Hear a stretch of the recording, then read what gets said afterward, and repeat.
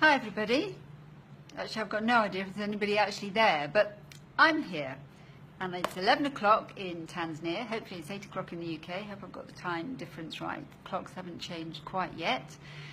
Later on in March they do.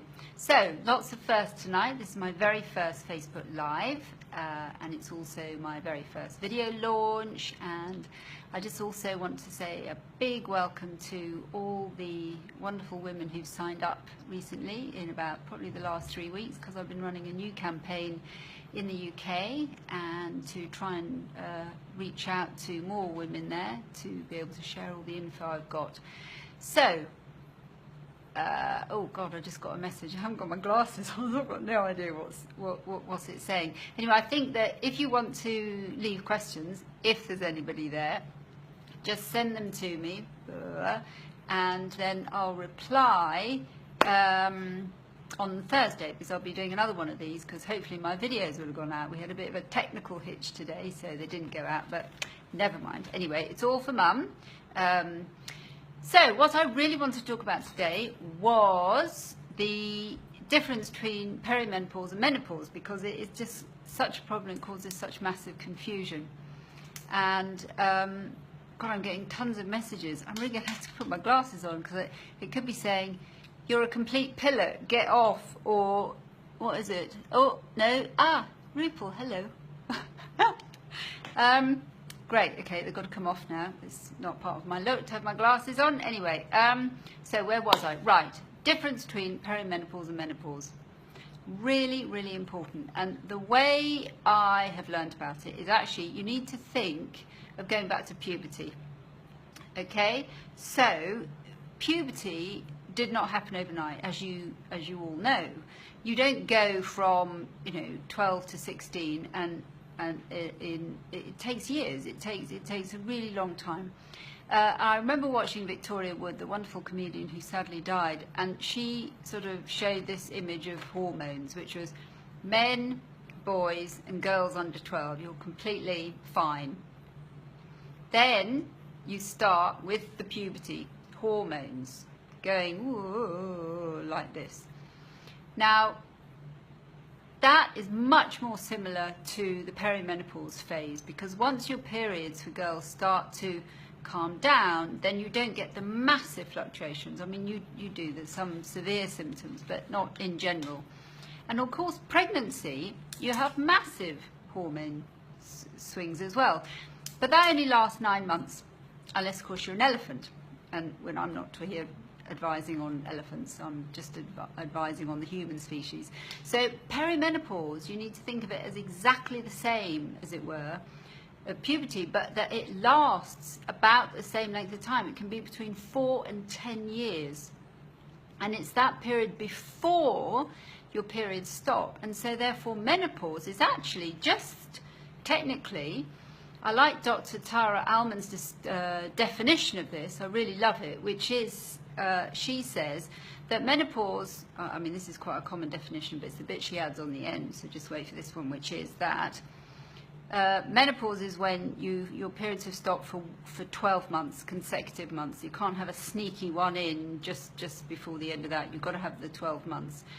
Then you're in menopause until the day you die. And I have to say, when I read it like that, it's like, whoa.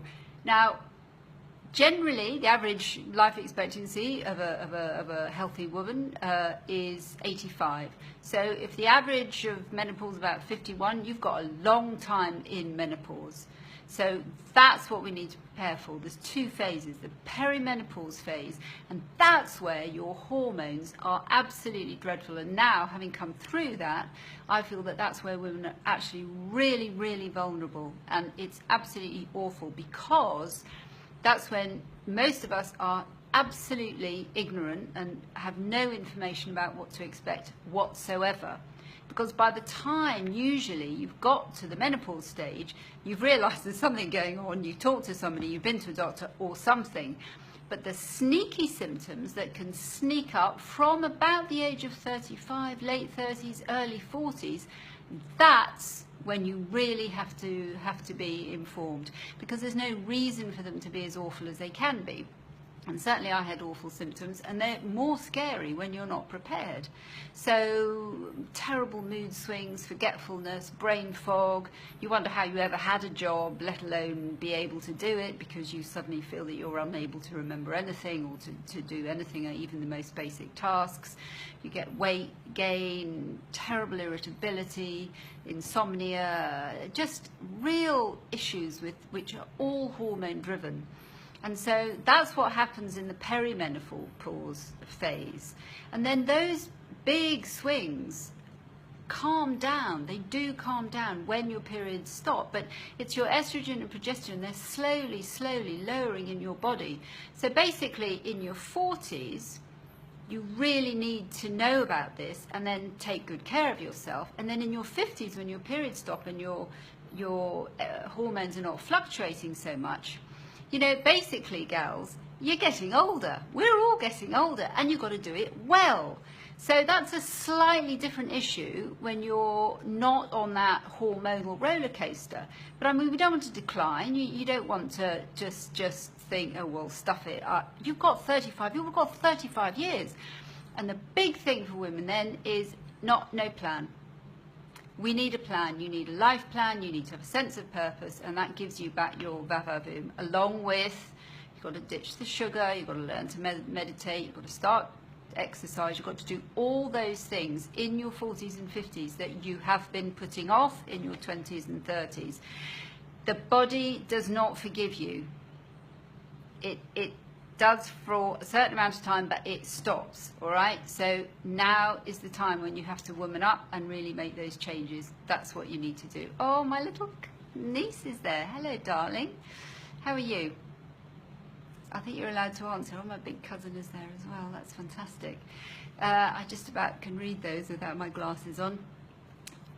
So that's what you need to do, is really, really start making those changes. And I think that the big message is about being informed and being prepared, which is why we have to discuss it more. And the other thing is that we absolutely have to stop expecting that doctors can somehow fix us, because the solution does tend to be, when you go down to the doctor route, is HRT, and it's also antidepressants. Now, of course, there's a place for HRT and even antidepressants, but I think that certainly what I've learned, and certainly feedback I've had from lots and lots of women recently, and over the last couple of years particularly, is that it's all medication rather than lifestyle changes. And I'd say that you need to be working with a menopause specialist, as well as introducing the lifestyle changes that you need to do, so that, you know, we can really kick ass and sort the planet out.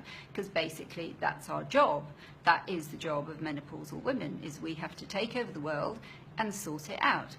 And I hope you agree with that. If you've got any other questions or any issues that you can raise, you can type them up and I'll reply on Thursday.